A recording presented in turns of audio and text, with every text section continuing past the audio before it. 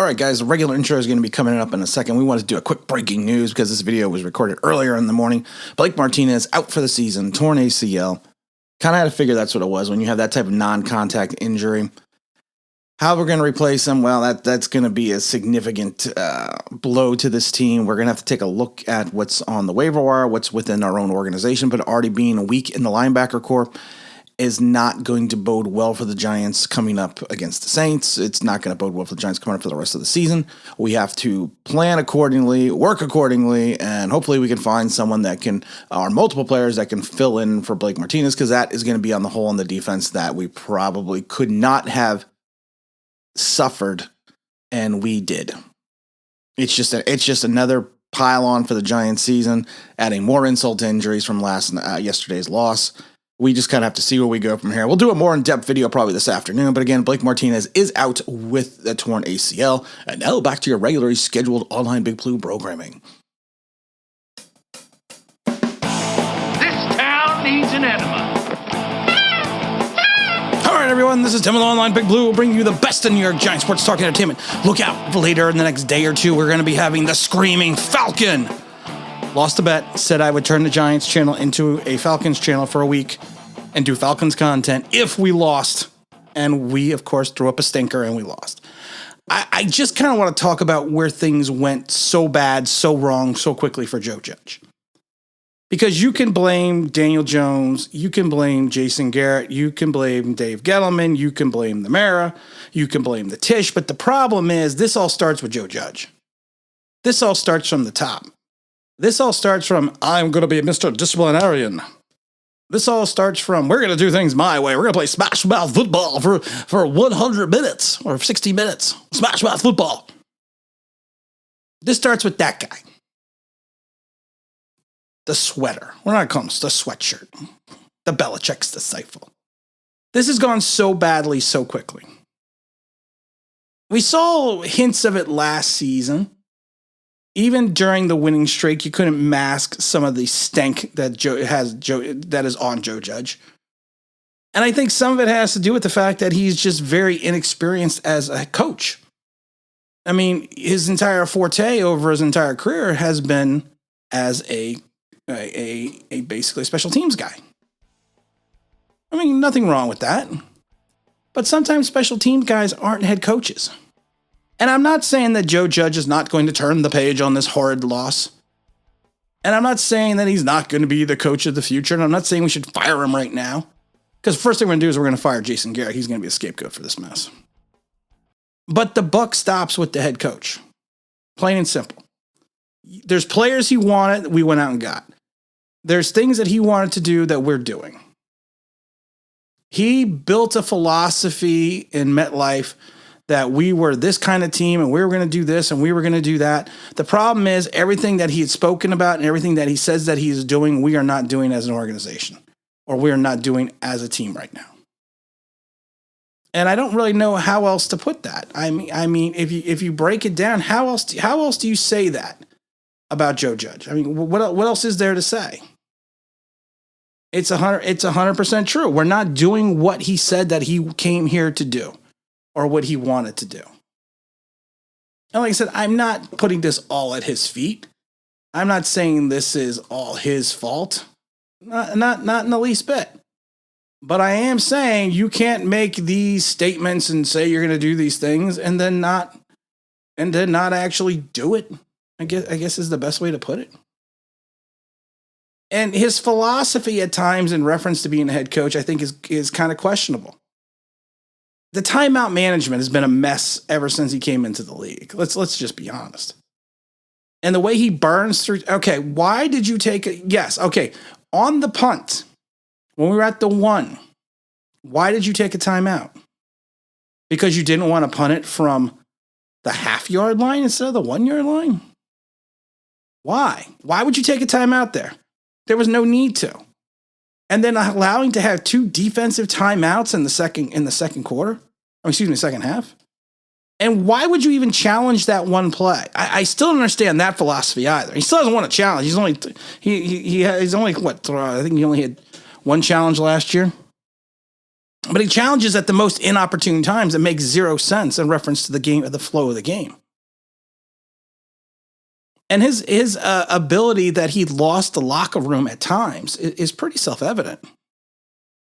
I mean, when you have Kenny, I don't care who he's screaming on the sidelines, screaming at either your head coach, your offense coordinator, or your quarterback, and you sit there and say, "Well, he's just passionate." Okay, that's great, but you don't do that on the sidelines. You take it into the locker room. Then you got the rookie running his mouth who's done nothing. And Colin Johnson, when Colin Johnson is your go-to guy and not Kadarius Toney, there's a problem. Kadarius Toney only got on the field because we lost Shepard and we lost Darius Slayton. That's the only reason he got on the field. That's it. And let's face facts. The defensive line is poorly constructed. Leonard Williams' sacks was 100% a coverage sack. He should give whatever money he gets for that sack and give it to the guys in the secondary. Because he's not going to be the 11.5 sack guy. I've said that a million times, and people blasted me for it. Well, we're 3 games in, he's got 1 sack. Austin Johnson has more sacks than he does. It's just the way this team was constructed is Gettleman's fault, but it was also constructed with Joe Judge in mind because it's a coach's philosophy. And Joe's ability to, I want to say some ways, rein in his team is kind of self-evident. I think he is going to, if he has not lost the locker room already, I think he's going to lose it extremely quickly. I think there's going to be chatter among the players.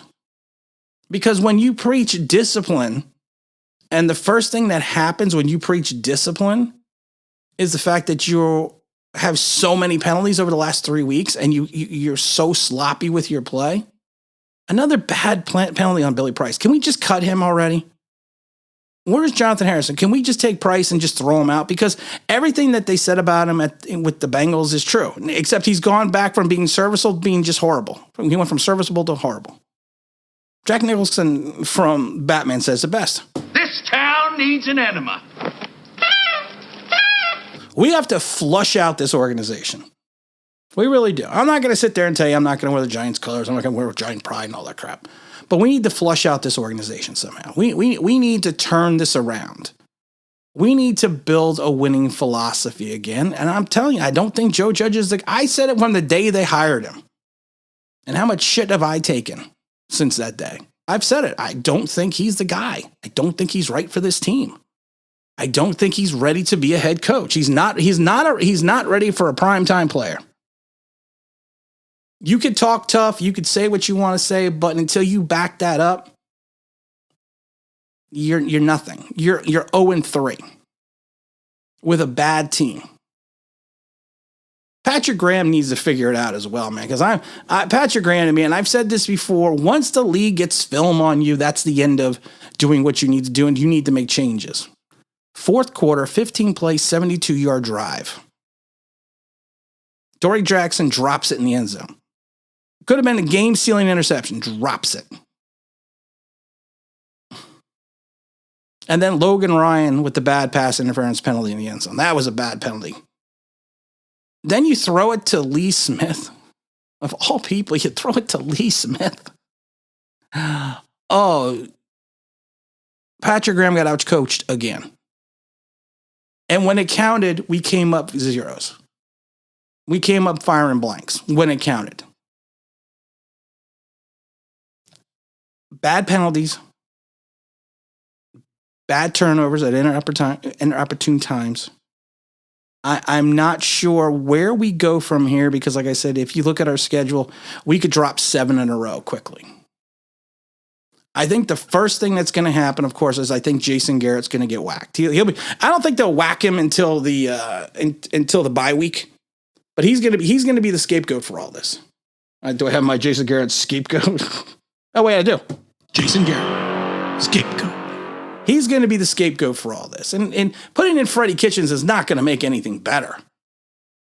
So the fools that think Freddie Kitchens is going to turn this around. Freddie Kitchens lost the job in Cleveland because he didn't know how to relate to players as a head coach or a coach. And right now, he's really been just working with the line. If you look at the way, like I said, this team is poorly constructed on defense. And I've said this before. How many times have I been screaming this? We have zero edge. We cannot contain the run off the edge. Off tackle left, off tackle right. Then you bust it up the gut.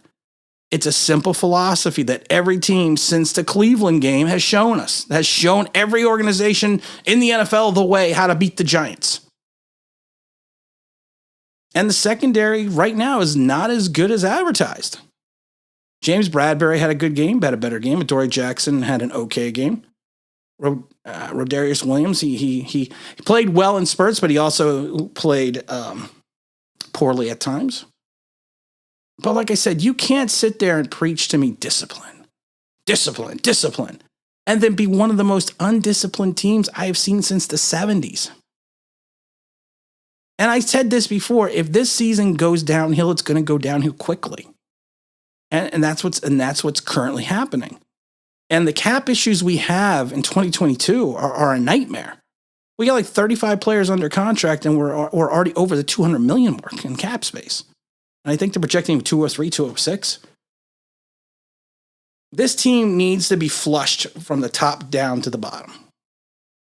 The players need to be held accountable as well. Daniel Jones, to me, Daniel Jones had the chance once again to be the hero. To come out and show everyone that he is the replacement of Eli Manning. How many times did Eli Manning have the ball with 3-4 minutes left and you just felt that he was going to bring in and score for us? And he would, time after time after time after time. This kid, you look at him, like I said, he looks like, when it's crunch time, he looks like a kid lost in an amusement park that can't find mommy and daddy. We need. This town needs an enema. We need to flush out this organization. That's all we need to do. We're not going to do it till the end of the season, and I'm not overreacting because if you look at the schedule and you look at who's on our schedule, there's just too many teams out there that we literally just cannot beat, and especially cannot beat with the way that we're playing right now. And it's one of those things that if you take a look at the philosophy of the organization, the way this has been for years, it's just not a conducive situation right now. You thought Pat Shurmur was bad. This is worse. Right now, this is worse than Pat Shurmur. And Pat Shurmur was bad, but this is even worse.